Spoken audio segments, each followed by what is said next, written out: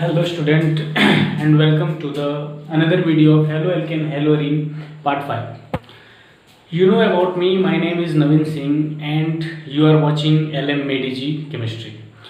Then go and subscribe first, like also the video and press the bell icon for the another video notification.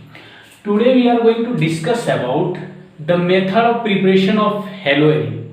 But some portion of preparation of haloalkane remain incomplete, so we are going to just complete first the preparation of haloalkane, then after we are going to discuss about the method of preparation of haloarine. तो सबसे पहले कुछ ऐसे reaction थे जो कि complete नहीं हुए थे हेलोएल्केन के, और हम लोग पिछला क्लास में देखे कि मेथड ऑफ प्रिपरेशन में एल्किन के द्वारा हेलोएल्केन बना रहे थे। तो एल्किन के द्वारा जब मैंने हेलोएल्केन बनाया, आप लोगों को बताया, तो आप लोगों ने पाया क्या कि उसमें मार्कोनिकोफ रूल लगता है। किस चीज के लिए लगता है? जब अनसिमेट्रिकल एल्किन हो। अनसिमेट्रिकल का मतलब क्या बोले थे आप लोगों को कि अनसिमेट्रिकल का मतलब होता है अगर डबल बॉन्ड को बीच से काट दिया जाए, if we cut the double bond then after the unsymmetrical means two different species we get, then we can say it's unsymmetrical. मतलब अगर डबल बॉन्ड को बीच से काटने के बाद दो अलग अलग स्पीशीज मिलती है तो उसको आप अनसिमेट्रिकल कह सकते हो। और सिमेट्रिकल का मतलब क्या होता है? अगर डबल बॉन्ड को बीच से काटे और दो सेम स्पीशीज मिलते हों तो उसको आप सिमेट्रिकल कह सकते हो। समझ में आ रहा है? तो अनसिमेट्रिकल के लिए हम लोगों ने मार्कोनिकोफ रूल पढ़ा। मार्कोनिकोफ जी क्या बोले थे? मार्कोनिकोफ जी ने बोला था कि हेलोजन ग्रुप को आप उस कार्बन पे लगाओ जिस पे, आप पिछला वीडियो फिर से जाके देखो, मतलब मार्कोनिकोफ जी ने बोला था कि हाइड्रोजन को और हेलोजन को, हाइड्रोजन हैलाइड में हेलोजन को उस कार्बन के साथ लगाओ जो कार्बन डबली बॉन्डेड से जुड़ा हो और जिसमें हाइड्रोजन की संख्या कम। तो आज हम लोग एक छूटा हुआ एल्किन से बचा हुआ था उसको करते हैं, उसके बाद प्रिपरेशन ऑफ हेलोएरिन पढ़ेंगे। जैसे कि हम लोग देखेंगे आज एडिशन ऑफ ब्रोमीन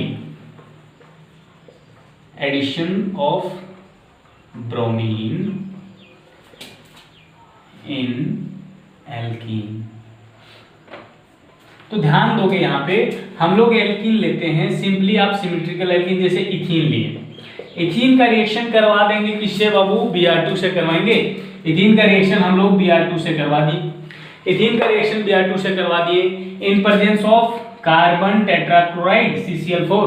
तो इसका काम जनरली ये होता है, ये जो Br2 है उसको ब्रेक करवाना है हेट्रोलाइटिकली, होमोलाइटिकली नहीं। हेट्रोलाइटिकली का मतलब होता है Br+ और Br- में ब्रेक करवाना। अब देखो ध्यान से, अगर एक हेट्रोलाइटिकली ब्रेक किया है तो बाबू आपका दूसरा भी हेट्रोलाइटिकली ब्रेक करेगा रिएजेंट, जैसे कि हम बताते आ रहे हैं। ध्यान से इन बातों को नोट करोगे। ये कैसे टूटेगा? +- में टूटेगा। अभी जिधर मन करता है उधर आप ब्रेक करो इसको, क्योंकि ये दोनों एक ही चीज है। किधर भी जोड़ोगे नोमेनक्लेचर में कोई फर्क नहीं पड़ेगा। आपका क्या होगा? Carbon which containing hydrogen, the double bond will break and then after carbon get negative charge and this carbon will get positive charge, and this minus charge will going to attach with the Br+ and this plus charge will going to attach with Br-, and this compound will be what?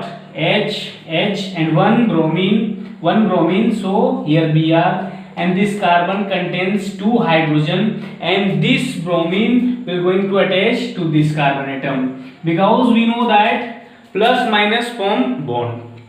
So this compound is called vicinal. What do you mean by vicinal? Vicinal dibromide. Vicinal dibromide का मतलब क्या होता है? VIC का मतलब क्या होता है?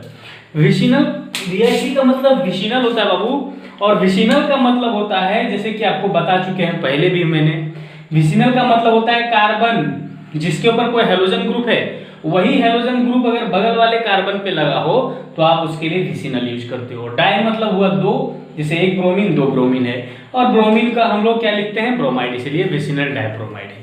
क्लियर है? तो ये यहाँ पे आपका खत्म हुआ कि एल्कीन से आप कैसे बनाओगे। अब थोड़ा सा method of preparation of haloalkane में कुछ हेलोजन एक्सचेंज के बारे में देखेंगे। जैसे कि मान के चलो ब्रोमाइड का जैसे एल्काइल ब्रोमाइड बन गया, एल्काइल क्लोराइड बन गया, इससे हमको अगर एल्काइल आयोडाइड चाहिए तो क्या करना है? तो एल्काइल आयोडाइड चाहिए तो उसके लिए आपको कुछ नहीं करना है, उसके लिए आपको रिएक्शन करवाना होगा। किसके साथ? उसके लिए आपको रिएक्शन करवाना होगा, देखिए ध्यान से, जैसे कि आपको ये मिला C2H5 और इसके साथ Cl है, और इसका रिएक्शन करवा रहे हैं हम लोग, जैसे कि इसका रिएक्शन करवाएं बाबू किसके साथ? HI के साथ करवा दिए, HI के साथ करवा दिए in presence of dry acetone, sorry HI नहीं NaI होगा, in presence of sodium iodide. Sodium iodide के साथ रिएक्शन करवाएंगे ड्राई एसीटोन के प्रेजेंस में। ड्राई एसीटोन क्यों लिए इस बात को समझोगे। ड्राई एसीटोन इसीलिए, ड्राई का मतलब क्या होता है? सूखा, और एसीटोन क्या है? एक सॉल्वेंट है। तो NaI को ड्राई एसीटोन में इसीलिए क्योंकि थोड़ा सा भी अगर मॉइस्चर होगा, तो आप लोग पहले ही पढ़ चुके हो कि सोडियम क्या होता है? ये इनफ्लेमेबल होता है, ये ज्वलनशील होता है, ये वाटर के मॉइस्चर के साथ रिएक्ट कर सकता है। इसीलिए सोडियम आयोडाइड जब भी टूटेगा तो सोडियम बनेगा, वो इनफ्लेमेबल होगा, इसलिए ड्राई एसीटोन लिए ताकि उसको मॉइस्चर ना मिले, वो रिएक्ट ना करे। तो यहाँ पे सोडियम आयोडाइड किसे टूटेगा? Na+ में टूट जाएगा और I- में टूट जाएगा। ये आयनिक बॉन्ड है, एक सॉल्ट। अब देखो यहाँ पे ध्यान दोगे आप लोग, यहाँ पे C2H5 है, ये Cl- में ब्रेक करेगा, C2H5 पे प्लस चार्ज आएगा और Cl पे माइनस चार्ज आएगा। अब देखो C2H5 पे जिसके ऊपर प्लस चार्ज आया वो माइनस चार्ज को टेक करेगा, और Cl- आए वो प्लस चार्ज को टेक करेगा, and then after C2H5 I बना देगा ये। What it will form? C2H5I, मतलब इथाइल आयोडाइड, मतलब एल्काइल हैलाइड मिला जिसमें आयोडीन लगा हो। यहाँ पे आप एल्काइल क्लोराइड लिए हो, क्लोराइड ले सकते हो, यहाँ पे आप ब्रोमाइड भी ले सकते हो। तो एल्काइल क्लोराइड और ब्रोमाइड से अगर आपको एल्काइल आयोडाइड चाहिए तो उसको बोलेंगे हैलोजन एक्सचेंज, हैलोजन एक्सचेंज। तो हैलोजन एक्सचेंज जब हम क्लोराइड, एल्काइल क्लोराइड या फिर एल्काइल ब्रोमाइड को अगर एल्काइल आयोडाइड में चेंज करते हैं तो उस रिएक्शन को क्या बोलते हैं हम लोग? Finkelstein reaction. तो इस रिएक्शन एक नाम से जाना जाता है जो कि बहुत इंपॉर्टेंट है और डायरेक्ट कभी कभी एग्जाम में पूछा जाता है, इसलिए इसको क्या बोलते हैं? Finkelstein reaction. फिंकलस्टीन नाम के एक साइंटिस्ट थे जिन्होंने ये रिएक्शन दिया। उन्होंने क्या बोला कि एल्काइल क्लोराइड है या फिर एल्काइल ब्रोमाइड है आपके पास बच्चों, आप उसका रिएक्शन सोडियम आयोडाइड के साथ करा दो in presence of dry acetone, it will give alkyl iodide plus क्या देगा आपका? देखो यहाँ पे आप देख रहे हो NaCl, अगर Br रहता यहाँ पे लगा हुआ तो क्या बनाता है? NaBr बनाता। तो सिंपल सा बात है, ये क्या देगा? NaCl यहाँ पे देगा। आप Br लेके बना लोगे घर में, बिल्कुल आसान है। यहाँ से Br- निकलेगा, जैसे कि यहाँ पे Cl- निकला हुआ है, और C2H5+ एज इट इज निकलेगा। NaI है यहाँ पे, फिर वही लेना है आपको NaI, Na+ में टूटेगा, Br- के साथ चला जाएगा, NaBr बनाएगा, ये I- C2H5+ के साथ चला जाएगा, C2H5I बना देगा। तो इस तरह से आप फिंकलस्टीन रिएक्शन को समझ गए। मतलब अगर आप आयोडाइड चाहते हो, एल्काइल आयोडाइड क्लोराइड और ब्रोमाइड से, एल्काइल क्लोराइड और एल्काइल ब्रोमाइड से, तो आप आराम से पा सकते हो। उसका रिएक्शन किसके साथ करवा के? सोडियम आयोडाइड के साथ रिएक्शन करवा के in presence of dry acetone. और इस रिएक्शन का बेहतरीन नाम है फिंकलस्टीन रिएक्शन, और ये डायरेक्ट एग्जाम में इस नायमिक रिएक्शन से पूछा जाता है। इसमें आपको कोई रिएजेंट, कोई आपको कैटलिस्ट नहीं देगा, आपको डायरेक्ट रिएक्शन पूछेगा, और आपको ये रिएक्शन रिमेंबर रखना होगा, और मैंने समझा दिया तो रिमेंबर रखना आपको आसान भी होगा। नेक्स्ट है कि हम तो एल्काइल क्लोराइड या फ्लोराइड से आयोडाइड बना लिए, लेकिन क्या फ्लोराइड बनाया जा सकता है? तो हाँ, बनाया जा सकता है। अगर एल्काइल क्लोराइड या ब्रोमाइड का रिएक्शन, अगर एल्काइल क्लोराइड या ब्रोमाइड का रिएक्शन अगर आप किसके साथ करवा दो? मेटल के फ्लोराइड के साथ। मेटल का फ्लोराइड क्या हो गया? जैसे COF2 हो गया, कोबाल्ट डाइफ्लोराइड वगैरह हो गया, AgF हो गया, सिल्वर फ्लोराइड हो गया, इन सारे रिएक्शन, और तुम्हारा इन सारे के साथ जब रिएक्शन करवाओगे, कोई भी मेटल फ्लोराइड के साथ रिएक्शन करवाओगे, जैसे लेड फ्लोराइड हो गया, इनके साथ रिएक्शन करवाओगे तो आपका क्या होगा, यहाँ पे एल्काइल क्लोराइड या फिर एल्काइल ब्रोमाइड, जो लेना है आपको C2H5, X ले लेते हैं, X का मतलब यहाँ पे क्लोराइड और ब्रोमाइड आप दोनों मान सकते हो। इसका रिएक्शन करवा दो, किसके साथ करवा दोगे आप, इसका रिएक्शन आप मेटल फ्लोराइड के साथ कराओगे। मेटल फ्लोराइड जैसे AgF के साथ करवा दिए, मेटल फ्लोराइड है। अब इसका रिएक्शन जब मेटल फ्लोराइड के साथ करवाएंगे तो प्रोडक्ट क्या देगा, प्रोडक्ट आपका देगा जैसे AgF कैसे टूटता है बाबू आपका, Ag प्लस और F माइनस में टूटेगा। और यहाँ पे आप ध्यान दोगे कि C2H5X है, X के जगह आप Cl पुट कर सकते हो, Br पुट कर सकते हो। मतलब क्या है कि एल्काइल फ्लोराइड या फिर एल्काइल क्लोराइड को अगर आपको, मतलब एल्काइल क्लोराइड और एल्काइल ब्रोमाइड को अगर आपको एल्काइल फ्लोराइड में चेंज करना है तो इसका रिएक्शन AgF के साथ कराओ और इसको हीट करो, बिना हीट किए नहीं होगा, थोड़ा सा इसको हीट देना पड़ेगा तभी ये रिएक्शन टूटेगा, ये रिएजेंट टूटेगा और इसको तोड़ने में वो सक्षम हो पाएगा। तो AgF कैसे टूटेगा, Ag प्लस में F माइनस में टूट जाएगा, यहाँ पे X माइनस में टूटेगा, C2H5 और ये X माइनस निकलेगा, इसके ऊपर प्लस चार्ज आएगा, ये प्लस इस माइनस के साथ जुटेगा, ये माइनस इस प्लस के साथ जुटेगा, काम खत्म, प्रोडक्ट मिला आपको। क्या मिला, C2H5F मिल गया, C2H5F मतलब एल्काइल फ्लोराइड मिल गया जो आपको चाहिए था। तो आपको बस इतना बात ध्यान देना है कि अगर फ्लोराइड चाहिए क्लोराइड और ब्रोमाइड से, किसके क्लोराइड ब्रोमाइड से, एल्काइल क्लोराइड, एल्काइल ब्रोमाइड से हमको एल्काइल फ्लोराइड चाहिए तो उसका रिएक्शन किसी मेटल के फ्लोराइड के साथ करवा दो, जैसे AgF हो गया तुम्हारे, सिल्वर फ्लोराइड, कोबाल्ट फ्लोराइड हो गया, लेड फ्लोराइड हो गया, इन सारे फ्लोराइड का रिएक्शन अगर आप एल्काइल क्लोराइड या ब्रोमाइड से करा दोगे इन प्रेजेंस ऑफ हीट तो क्या प्रोडक्ट देगा आपका, फ्लोराइड का प्रोडक्ट देगा, एल्काइल फ्लोराइड देगा। और प्रोडक्ट में एक सॉल्ट भी बनेगा, वो क्या है, AgX। X में भी Cl और Br, X क्या हो सकता है आपका, क्लोरीन और ब्रोमीन दोनों में से कोई भी हो सकता है। AgCl बना देगा तो सिल्वर क्लोराइड हो गया, AgBr बना देगा तो सिल्वर ब्रोमाइड हो गया। इस रिएक्शन को भी नेमिंग रिएक्शन के तौर पे जाना जाता है जो कि बहुत इंपॉर्टेंट है। इस रिएक्शन को बोलते हैं स्वार्ज रिएक्शन, SWARTZ, स्वार्ज रिएक्शन। और ये भी नेम से आता है, एग्जाम में नेम से डायरेक्ट आएगा, what do you mean by Swarts reaction, state और बोलेगा डायरेक्ट कि write the chemical reaction of Swarts reaction, then you should to write this reaction, you should to write this reaction. Schwarz reaction is mainly used for getting alkyl fluoride from alkyl bromide and alkyl chloride. So this reaction is complete. तो हम लोग ने अभी तक halo alkane के सारे preparation को पढ़ लिया है। अब हम लोग अभी हेलो एरीन के प्रिपरेशन को पढ़ेंगे। तो ध्यान से देखोगे, हर एक रिएक्शन इंपॉर्टेंट है, हर एक रिएक्शन का मैं मैकेनिज्म भी बताऊंगा।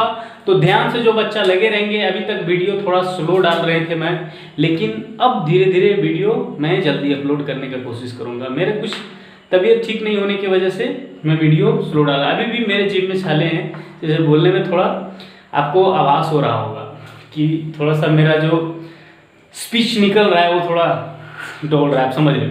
नेक्स्ट चलते हैं हम लोग हेलो एल्केन हेलो एरीन में, preparation of hello arene, preparation of hello arene. तो ध्यान दोगे आप लोग, प्रिपरेशन ऑफ हेलो एरीन हम लोग कर रहे हैं। तो प्रिपरेशन ऑफ हेलो एरीन में हम लोग करेंगे फ्रॉम, फर्स्ट है फ्रॉम हाइड्रोकार्बन, हम लोग हाइड्रोकार्बन से करेंगे। इसका क्या करेंगे, इलेक्ट्रोफिलिक सब्स्टिट्यूशन रिएक्शन होगा यहाँ पे, from hydrocarbon by electrophilic substitution reaction. अब ध्यान दोगे, इलेक्ट्रोफिलिक का मतलब क्या होता है जी, हाइड्रोकार्बन का मतलब तो हमको पता है, जो हाइड्रोजन और कार्बन से बना हो। तो हाइड्रोकार्बन जरूरी नहीं कि स्ट्रेट चेन हो, एरोमेटिक रिंग भी हो सकता है। तो यहाँ पे हम लोग एरीन्स बना रहे हैं तो एक रिंग होना जरूरी है। तो हाइड्रोकार्बन में जैसे कि हम लोग टॉलिन ले रहे हैं, टॉलिन का किसको बोलते हैं, पहले इस बात को समझो। टॉलिन क्या है बाबू, कि बेंजीन के ऊपर एक CH3 लगा दो, उसी को आप टॉलिन बोलोगे। बेंजीन रिंग के ऊपर CH3 डाल दो, टॉलिन हो गया। तो टॉलिन का रिएक्शन करवाना है हमको, ठीक है। टॉलिन का रिएक्शन हमको क्या चाहिए, हेलो एरीन चाहिए, हेलोजन ग्रुप चाहिए, और एरीन मतलब एरोमेटिक रिंग, जो कि आपको ये दिख रहा है, बेंजीन एक एरोमेटिक रिंग होता है। एरोमेटिक कंपाउंड के बारे में, एरोमेटिक, एंटी एरोमेटिक क्या होता है, नॉन एरोमेटिक क्या होता है, उसके बारे में एक सेपरेट वीडियो देंगे जो कि बहुत इंपॉर्टेंट होगा, मेडिकल मेंस सबके लिए इंपॉर्टेंट होगा, उसको ध्यान से देखोगे आप लोग। लेकिन आप ये सिंपली समझो कि एरोमेटिक, एरीन्स का मतलब एरोमेटिक, एरोमेटिक क्या है यहाँ पे, बेंजीन है। तो यहाँ पे देखो CH3 और ये बेंजीन रिंग के साथ लगा हुआ है। जब बेंजीन रिंग के साथ CH3 लगा हुआ है तो इसको क्या बोलेंगे, टोलीन बोलेंगे, टोलीन बोलते हैं। तो टोलीन का रिएक्शन किसके साथ करवाएंगे, जैसे हमको चाहिए हेलो एरीन, मतलब इस एरोमेटिक रिंग में हेलोजन ग्रुप डालना है, तो हेलोजन के साथ रिएक्ट करवाएंगे H2 के साथ। क्लियर है? H2 यहाँ पे क्या हो जाएगा, वो आपका H2 आप ले लो Cl और Br, और I भी हो सकता है, लेकिन वो थोड़ा सा रिवर्सिबल रिएक्शन होता है, उसको भी बताएंगे हम कि क्या उसके लिए कुछ अनदर रिएजेंट का भी रिक्वायरमेंट पड़ेगा। तो हाँ, जरूर पड़ेगा उसके लिए, क्योंकि वो जब रिवर्सिबल होता है तो उसको रिवर्सिबल रिएक्शन होने से रोकने के लिए उसके जो साइड प्रोडक्ट होते हैं उसको अगर हटा दिया जाए तो लीच-ड्रियर प्रिंसिपल के द्वारा वो फॉरवर्ड डायरेक्शन में रिएक्शन फॉलो करेगा। तो उसके लिए जब हटाने के लिए उसके लिए कोई रिएजेंट यूज करना पड़ेगा, उसको प्रिसिपिटेट बना के बिठाने के लिए कोई रिएजेंट यूज करना पड़ेगा, वो बताएंगे हम। पहले ध्यान से देखो रिएक्शन को, यहाँ पे Cl और Br है H2 की जगह में। ये प्रोडक्ट क्या देगा जी आपका, ये प्रोडक्ट टोलीन पे तो कोई दिक्कत नहीं होगा, CH3 है। अब यहाँ पे लिखा हुआ देख सकते हो इलेक्ट्रोफिलिक सब्स्टिट्यूशन लिखा हुआ। इलेक्ट्रोफिलिक का मतलब क्या होता है, इलेक्ट्रोफिलिक का मतलब होता है इलेक्ट्रॉन लविंग, इलेक्ट्रॉन लिविंग, मतलब कोई ऐसा इलेक्ट्रोफाइल जो इस पे अटैक कर रहा है तो वो पूरा रिएक्शन कहलाएगा इलेक्ट्रोफिलिक। सब्स्टिट्यूशन का मतलब क्या होता है कि किसी को हटा के कोई इलेक्ट्रोफाइल जुट रहा है तो वो क्या कहलाएगा, इलेक्ट्रोफिलिक सब्स्टिट्यूशन। मतलब कोई इलेक्ट्रोफाइल आ रहा है, ऐड हो रहा है, और किसी को निकाल रहा है, तो इलेक्ट्रोफाइल मतलब इलेक्ट्रॉन लविंग होता है। तो इलेक्ट्रॉन लविंग का मतलब इस पे कहीं इलेक्ट्रॉन चार्ज होना चाहिए, माइनस चार्ज होना चाहिए। तो आप देख रहे हो रिंग है, रिंग ऐसे घूमते रहता है, आपको पता है, तो यहाँ पे माइनस चार्ज आएगा, और ये जब बॉन्ड इधर बनाएगा तो इस पे माइनस चार्ज आएगा, ऐसे बढ़ते जाता है। तो एक बार ऑर्थो पे टूटेगा माइनस चार्ज, एक बार पारा पे टूटेगा, एक बार फिर से ऑर्थो पे टूटेगा।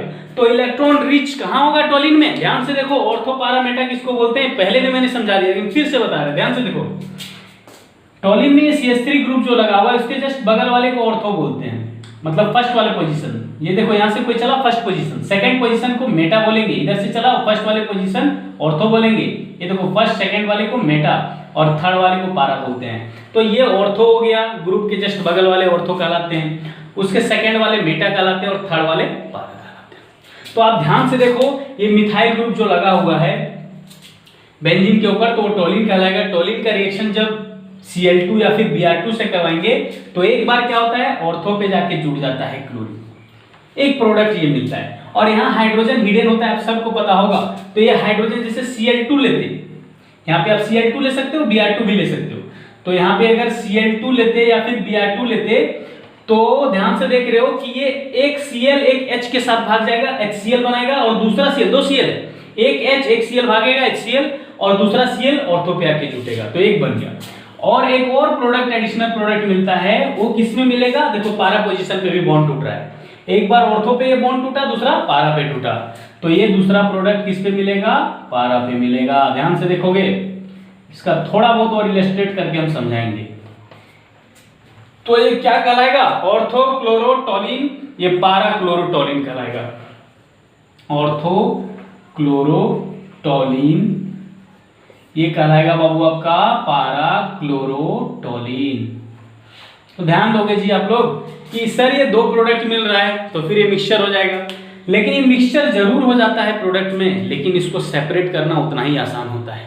कारण क्या है, इसको सेपरेट कैसे कर पाते हैं, क्योंकि इन दोनों का जो मेल्टिंग पॉइंट होता है उनमें बहुत अंतर होता है, इसलिए आराम से इसको अलग कर लिया जा सकता है हीटिंग के माध्यम से।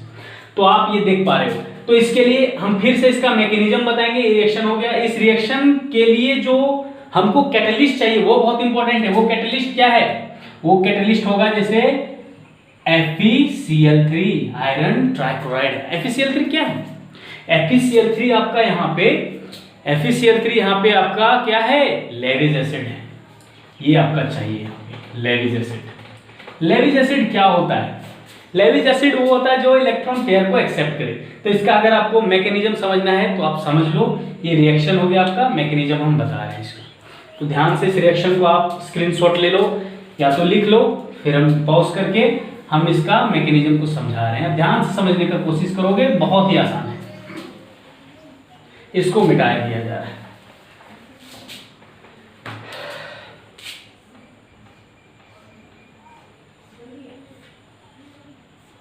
क्या कर रहे थे हम लोग? टॉलिन था और क्या लिए थे हम लोग? जैसे हम Cl2 लेके बना दे रहे हैं आपका रिएक्शन, आप Br2 भी ले सकते हो, मतलब हाइड्रोजन ग्रुप लिए in presence of FeCl3। FeCl3 क्या है? एक लेविज एसिड है। लेविज एसिड किसको बोलते हैं अभी बताया जा रहा है आपको, ध्यान से देखोगे। लेविज एसिड है और ये प्रोडक्ट क्या दे रहा है जी? ऑर्थो क्लोरोटोलिन, पारा क्लोरोटोलिन, दो प्रोडक्ट मिल रहे हैं। ध्यान से देखोगे, ऑर्थो क्लोरोटोलिन लिख लोगे, जो कि मैंने पिछले बार लिखा दिया है, और इसको बोलेंगे हम लोग पारा क्लोरोटोलिन। तो ये मिक्सचर हो जा रहा है, लेकिन हम बताएं अभी कुछ देर पहले बताएं कि इनको सेपरेट करना आसान है, क्योंकि इन दोनों के बीच जो मेल्टिंग पॉइंट है उनके बीच लार्ज डिफरेंस है, इसलिए इनको अलग भी आसानी से किया जा सकता है। अब थोड़ा सा इसका मैकेनिज्म को समझे हम लोग। देखो होता क्या है कि FeCl3 ये सारा काम करता है। What is FeCl3? FeCl3 एक लेविज एसिड है। What do you mean by Lewis acid? Lewis acid means which can accept a pair of electron, जो एक इलेक्ट्रॉन के जोड़े को एक्सेप्ट करे, खींच ले अपनी ओर, रख ले, उसको क्या बोलेंगे? Levies acid. लेविज बेस किसको बोलते हैं? Levies base levies base a compound which can donate a pair of electron. Levies base एक ऐसा कंपाउंड होता है जो एक इलेक्ट्रॉन के जोड़े को डोनेट करता है। लेकिन आप यहाँ पे ध्यान से देख पाओगे FeCl3 है, हम आपको AlCl3 का एग्जांपल लेके बता देते हैं। ये दोनों लेविज एसिड है ताकि आपको ये समझना ज्यादा आसान होगा, उसी से आप को रिलेट कर पाओगे FeCl3 से। एल्युमिनियम दोनों में आप यहाँ पे चाहो तो AlCl3 भी ले सकते हो। AlCl3 क्या है? Aluminium trichloride. जैसे कि आपको पता है एल्युमिनियम का 13 होता है तो 283 होगा। आउटर मोस्ट शेल में 3 इलेक्ट्रॉन है, देखो 1 2 3। अब आओ ध्यान दो, 3 इलेक्ट्रॉन है, तीनों बॉन्ड बनाने में पार्टिसिपेट कर गया जी। 3 इलेक्ट्रॉन था, तीनों बॉन्ड बनाने में पार्टिसिपेट कर गया क्लोरीन के साथ। अब इसके पास कितने इलेक्ट्रॉन है? 2 2 4 2 6। होना चाहिए कितना? 8, लेकिन है 6, इसलिए इसका ऑक्टेट कंप्लीट नहीं है। इसको 2 इलेक्ट्रॉन चाहिए, अभी 6 है। देखो 1 2 3 4 5 6, होना चाहिए था 8 लेकिन है 6, तो 2 इलेक्ट्रॉन चाहिए। तो ये 2 इलेक्ट्रॉन चाहिए, 2 इलेक्ट्रॉन को लेने का कोशिश करेगा, अ पेयर ऑफ इलेक्ट्रॉन एक्सेप्टर। तो जो पेयर ऑफ इलेक्ट्रॉन को एक्सेप्ट करेगा, लेना चाहेगा, उसको लेविज एसिड बोलेंगे। काम खत्म। तो इसलिए ये इसी तरह से आप इसको भी समझ सकते हो। आयरन में भी उसी प्रकार होता है, Fe3+ होता है, आपको पता है ये 3 ऑक्सीडेशन स्टेट वाला है। तो ये भी उसी तरह 3 आउटरमोस्ट शेल में इलेक्ट्रॉन है, 6 इसके पास भी, इसको भी 2 इलेक्ट्रॉन का रिक्वायरमेंट होगा। तो इसीलिए ये भी क्या है? लेविज एसिड है। इसको पेयर ऑफ इलेक्ट्रॉन चाहिए, तो ये क्या है? Levies acid. अब देखो ध्यान से, इसको हमेशा चाहिए, तो ये क्या करेगा? Cl2 को पोलराइज करेगा। पोलराइज करने का मतलब क्या होता है कि ये Cl- में तोड़ देगा, दूसरा Cl+ में टूट जाएगा। क्यों तोड़ेगा? क्योंकि इसको इलेक्ट्रॉन चाहिए। अब कैसे टूटेगा? ध्यान से देखो, ये Cl- में टूट गया जी, और ये कैसे टूट गया बाबू? Cl+ में टूट गया। माइनस में जो टूटा है उसका मन कर रहा है कि इलेक्ट्रॉन दें, और इसका मन कर रहा है इलेक्ट्रॉन लें, क्योंकि इसका ऑक्टेट भला कंप्लीट हो गया है, लेकिन इसके ऊपर जो माइनस चार्ज आया है वो बहुत बड़ा प्रॉब्लम है। जैसे 2 2 4 2 6 2 8 हो गया, लेकिन इसके ऊपर माइनस चार्ज है। तो ये जब देगा तो देने वाले पे प्लस चार्ज आएगा और प्लस माइनस कट जाएगा, और इसको भी चाहिए 2 इलेक्ट्रॉन। तो ये क्या करेगा? डेटिव बॉन्ड बनाएगा इसके साथ। 2 इलेक्ट्रॉन इसको देगा, और जब 2 इलेक्ट्रॉन लेगा, ध्यान से देखो, ये क्या करेगा? डेटिव बॉन्ड, आपको पता है डेटिव बॉन्ड को कोवैलेंट बॉन्ड की तरह जब लिखते हैं तो देने वाले पे कैसा चार्ज देते हैं बाबू? Plus charge. लेकिन पहले से क्या था इसके ऊपर? माइनस चार्ज था इसके ऊपर। देखो तो माइनस प्लस इसका क्या होगा? कट जाएगा। 2 इलेक्ट्रॉन से मिलके एक बॉन्ड बनाया ऐसे करके, देखो 2 इलेक्ट्रॉन मिलके इसे बॉन्ड बनाया, तो इसके ऊपर एक प्लस चार्ज आया क्योंकि दिया, तो प्लस माइनस इसका खत्म हो गया। लेकिन ध्यान दो, ये ले रहा है और इसके ऊपर पहले से कोई चार्ज नहीं है, तो ले रहा है इसके ऊपर माइनस चार्ज आएगा।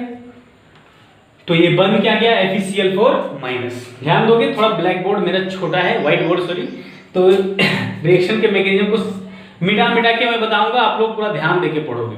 तो यहाँ पे FeCl4- बना, अब देखो ये FeCl4 माइनस बना, ये हैलोजन कैरियर भी बोलते हैं। ये जो चीजें मैं बता रहा हूँ हर एक जगह ये नहीं बताई जाती है, बुक में बिल्कुल नहीं है आपका एनसीईआरटी में, तो ध्यान से समझ के पढ़ोगे और कॉपी में नोट करोगे। FeCl4 माइनस जो है ये क्या कहलाता है, हैलोजन कैरियर भी कहलाता है। कैरियर का मतलब क्या होता है, कैरियर मतलब होता है ढोना, और हैलोजन मतलब हैलोजन को ढो के रखता है कुछ देर के लिए, इसीलिए FeCl4 क्या बनेगा, माइनस चार्ज आ गया। अब ये ऑक्टेट कंप्लीट हो गया, लेकिन इसके ऊपर बहुत बड़ा टेंशन, माइनस चार्ज आ गया, इसलिए कुछ देर के लिए Cl को ढो के रखेगा, फिर ये छोड़ेगा Cl माइनस को, ताकि फिर से FeCl3 बन जाए। इसके लिए टेंशन हो गया, ले तो लिया, लेकिन इसका ऑक्टेट कंप्लीट हो भी गया, लेकिन इसके ऊपर माइनस चार्ज आ गया, और ऑर्गेनिक केमिस्ट्री में माइनस प्लस बहुत बड़ा टेंशन। तो अब देखो Cl जो प्लस चार्ज आया हुआ है बाबू, एक माइनस जो था वो इसके साथ जुड़ गया, लेकिन ये जो प्लस बना देखो, इससे Cl माइनस में टूटा और Cl प्लस में टूटा, ये प्लस चार्ज क्या होगा, ये अटैक करेगा यहाँ पे। देखो ये बॉन्ड ऐसे टूटेगा, ये बॉन्ड दोनों इलेक्ट्रॉन लेगा, इसके ऊपर माइनस चार्ज आएगा। देखो थोड़ा सा इलिबरेट करके हम समझा देते हैं, ऑर्थो हम समझा देते हैं, पारा अपने आप बनाओगे आप लोग। कैसे होगा, ये CH3 है, इसके ऊपर दोनों इलेक्ट्रॉन ले रहा है कार्बन, इसके ऊपर माइनस चार्ज, इसके ऊपर आएगा प्लस चार्ज, ये माइनस और ये प्लस क्या बनाएगा, वो बॉन्ड बनाएगा। और जैसे ही बॉन्ड बनाएगा, देखो ध्यान से देखो, ये आपका इसके ऊपर प्लस चार्ज है, ये स्टेबल अभी नहीं है, लेकिन ये बॉन्ड बन चुका है, प्लस माइनस बॉन्ड Cl। और आप जानते हो सब में हिडन हाइड्रोजन होता है, यहाँ भी, यहाँ भी, यहाँ भी, यहाँ भी, यहाँ भी, हर एक कॉर्नर में हिडन हाइड्रोजन है, सिवाय ये CH3 क्योंकि यहाँ पे पहले से CH3 हाइड्रोजन हटा चुका है, तो यहाँ पे भी हिडन हाइड्रोजन है। तो क्या करेगा, ये जो इसका रिजोनेंस भी खत्म हो गया, जैसे 3 बॉन्ड होता है, इधर जाता है, इधर जाता है, इधर जाता है, ऐसा घूमते रहता है, उसी को रिजोनेंस बोलते हैं। और रिजोनेंस होने की वजह से ये रिंग स्टेबल होता है, तो रिजोनेंस यहाँ खत्म हो चुका है, देखो 2 ही है, घूम नहीं पाएगा, इसका जो साइकिल था वो खत्म हो चुका है, तो ये फिर से साइकिल मेंटेन करना चाहेगा और इस प्लस चार्ज को भी हटाना चाहेगा।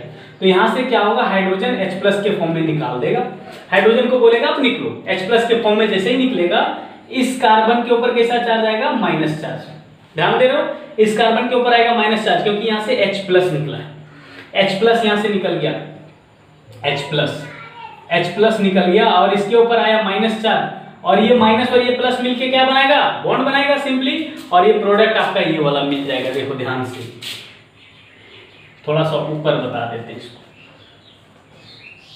ये CH3 है बाबू, ये यहाँ पे ध्यान दोगे, ये ग्रुप है, यहाँ पे देखो ये बॉन्ड बन गया, सिंपली H प्लस निकला, इसके ऊपर माइनस आएगा, माइनस प्लस मिलके बॉन्ड बन जाएगा, ये बॉन्ड बन गया, यहाँ पे बॉन्ड था, यहाँ पे बॉन्ड था, और यहाँ पे Cl था। तो देखो जो H प्लस निकला वो कहाँ पे जाएगा, और ये जो FeCl4 माइनस बना वो कहाँ पे जाएगा।